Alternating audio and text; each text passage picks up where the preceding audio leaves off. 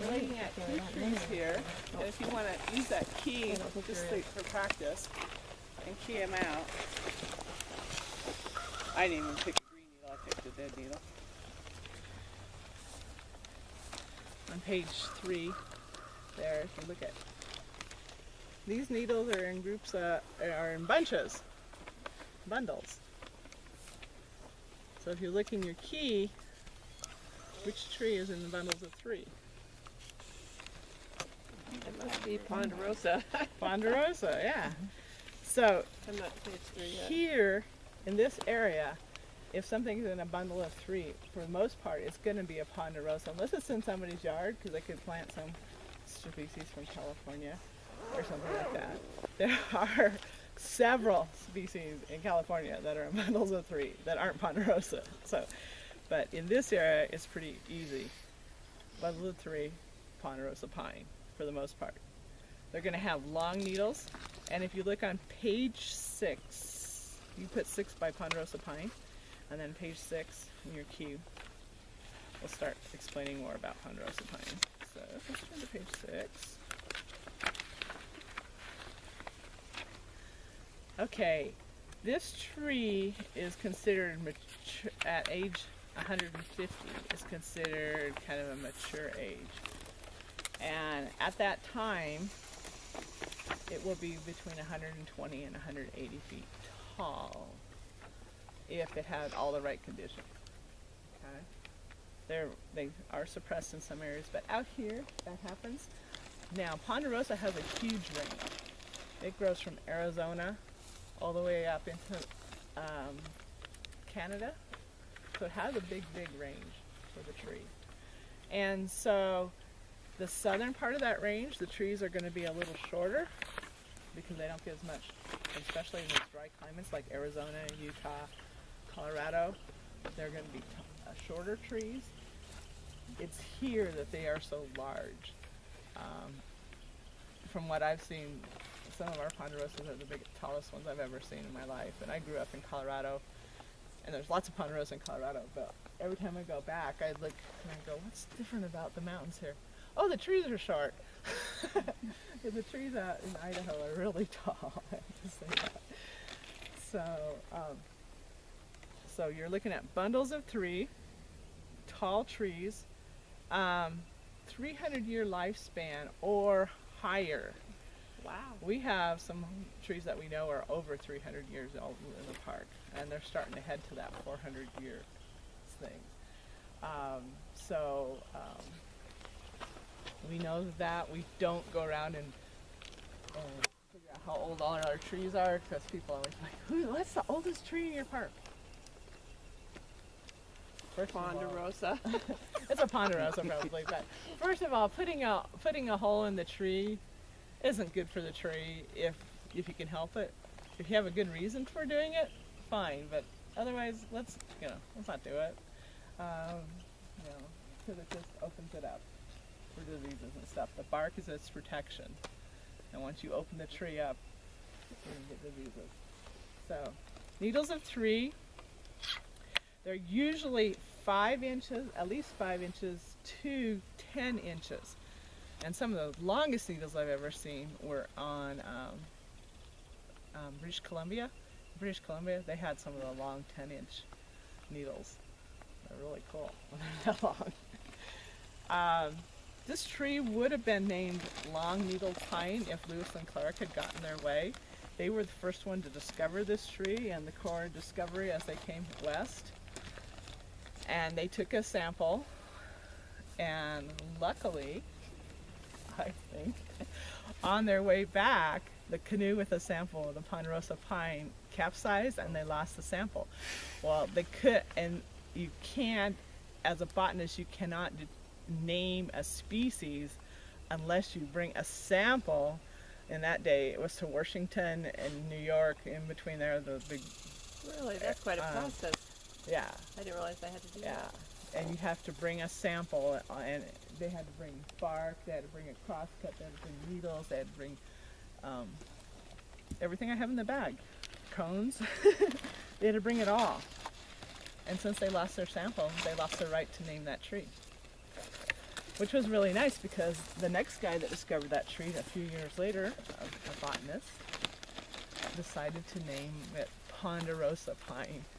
Ponderosa, to ponder, heavy-weighted, magnificent, which I think makes a lot nicer name than long-needled pine. Kind of boring. So yeah. So your cone is fairly big on ponderosas. There are bigger cones, but not in this area too much, except white pine has a really large cone. And let you guys, if you notice, the scales have little prickles on them. In fact, I could just pick these off the ground because they're right here, but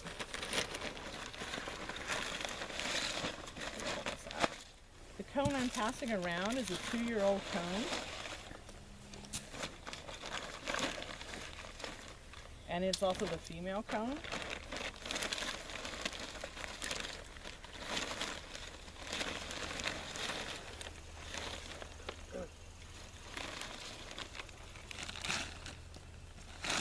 The end of the first, about a 1.5 year cone, or a little over a year cone, will look like this. And it's very pointy. In fact, the Cheyenne called them prickly eggs, which is a perfect description because they're egg-shaped.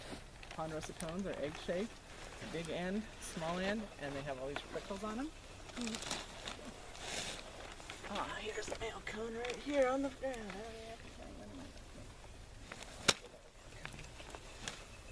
This is the first year cone, and this is the very new first year cone. Probably may not even be fertilized yet. They have a pinkish color to them. And look at the female cone. This is the male cone. Not very big. He has a very important job. He has to fertilize the female cone. He lasts for about on the tree for just a couple of months, and basically in another, probably by the end of April or the beginning of May, when we have wind, yellow pollen will start coming out of all the different trees, but at different times it'll be different trees, a little bit different. And the ponderosa pine, the pollen these will become yellow on the outside with pollen, and when the wind blows, the pollen will float through the air. So they have a male tree and a female tree? No, they're on the same tree lots of times. That's all. Are these up at the very top? Or where usually are they Just found? wherever they figure out. Sometimes I've seen them on a lower branch, and sometimes I've seen them on a higher branch. Oh. We have all these cones, but the ones that will mature, they're probably, all these won't mature. The most I've ever seen mature on a branch is 4. Most of the time it's 2. Sometimes it's 3. But I haven't ever So as seen, they get bigger, there's just less. I've never seen 6 female cones on one ponderosa pine. Is that middle one the female? Or what is The middle one is your shoot, Okay. your terminal bud, and that's where the tree's going to grow from. Okay. So this is going to grow out, become needles, and then these will be further back. Won't be on the very end of the branches. They'll be further back, because this will grow as the spring comes. So this one happened to fall off a tree. Probably a squirrel helped it a little bit. Squirrels are really helpful on these type of things. They drop stuff on the ground all the time that we pick up and use.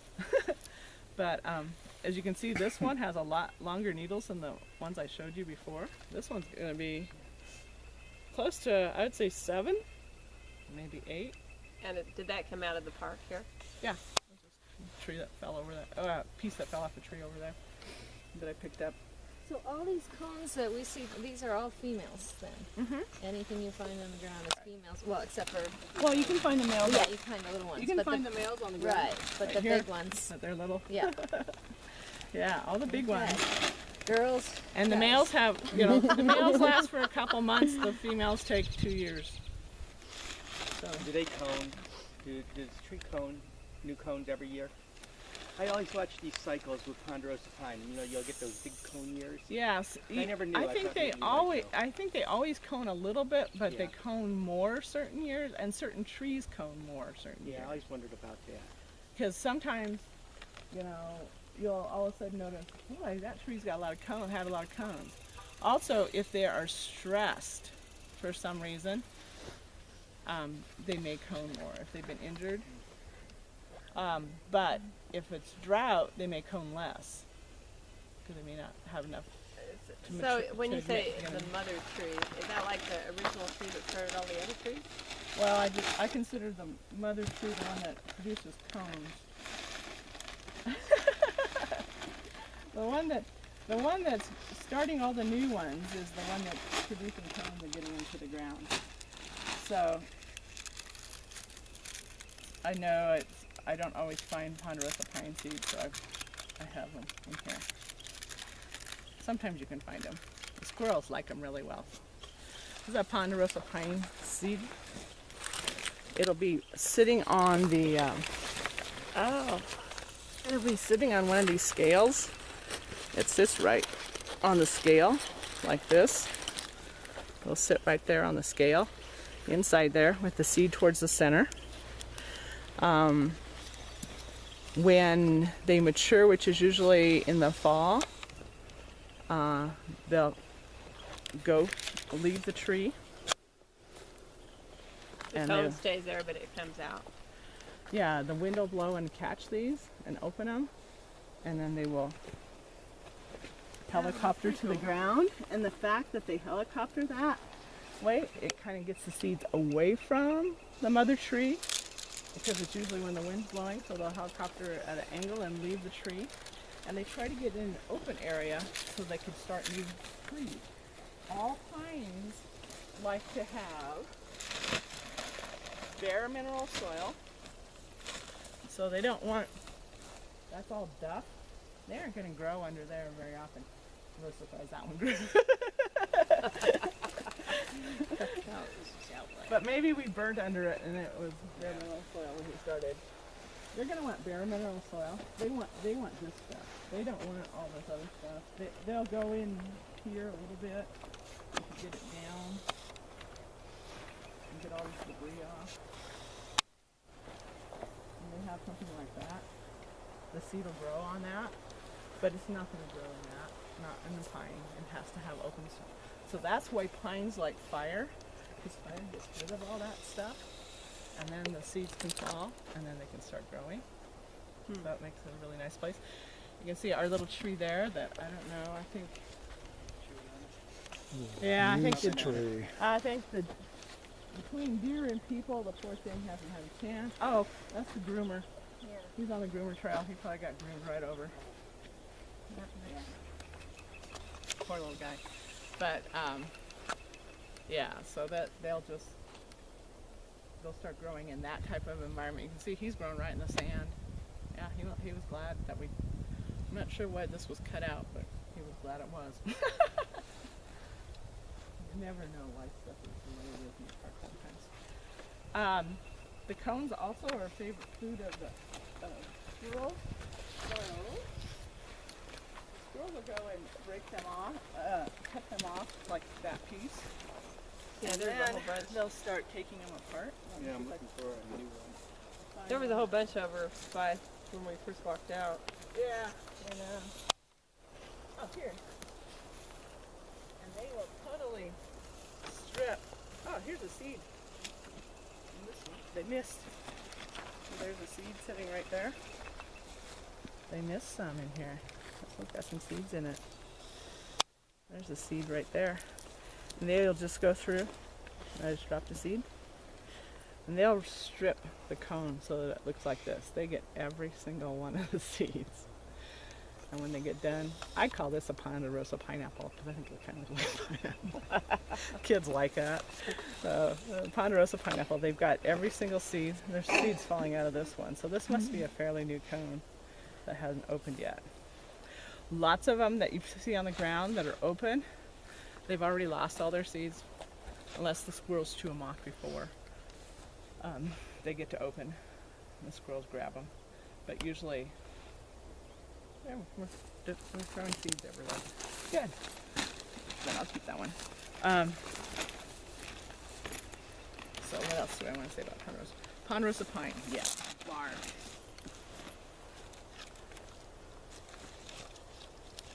Ponderosa pine bark is cool. This would be like a cross section, and this is probably not even a whole piece of bark. It probably could even be thicker.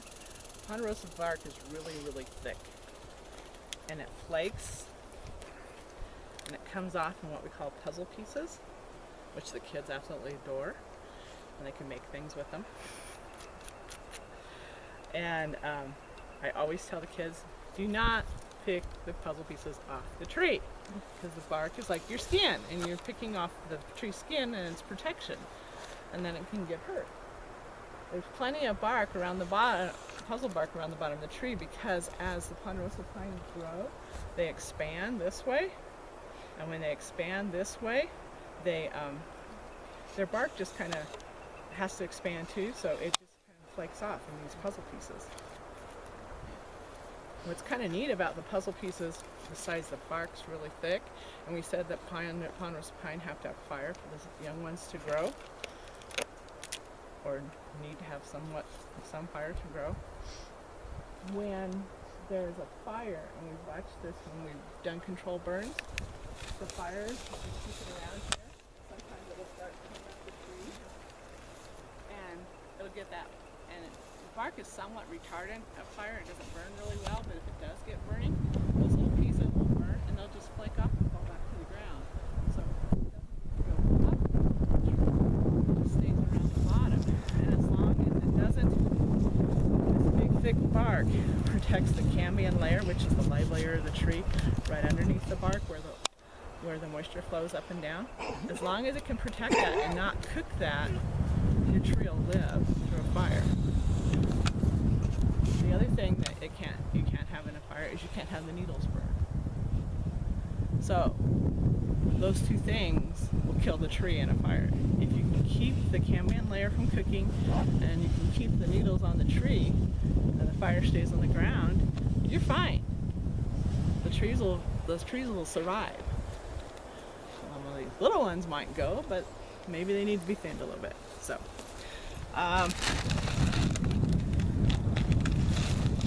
And I also noticed, and it'll remind me when we go up here where we've burnt before, you'll see that where we burnt, the flame lengths got up to 7 to 9 feet on the trees. All the ponderosa pine you can't tell because it's been 10 years since we burnt. There's no black bark left on them. It's all shed off. It's all brand new bark. Douglas fir still have the black bark on them because theirs doesn't shed. It just gets thicker and it doesn't shed. So they look like they're burnt. They have the scars from the fire. They look black, but these don't. If you look at, there's 3 of my favorite trees right there. Big ponderosa pine right there. You notice, where's the first branch on those trees? The first branch. How many feet up do you think those are? Probably about 6. Huh? What'd you say? About 30 feet. Yeah, 30. Yeah. Some are 60, some are 70. Yeah. Yeah. You can get up there. And then some of the ones at 30 still don't have any green on them. They're basically dead. They're getting ready to shed them. Pines, only if the branches are not getting sunlight, they quit using them. So they drop their needles and then they will shed those. And that leaves you a nice clean bowl, which is the main trunk of the tree.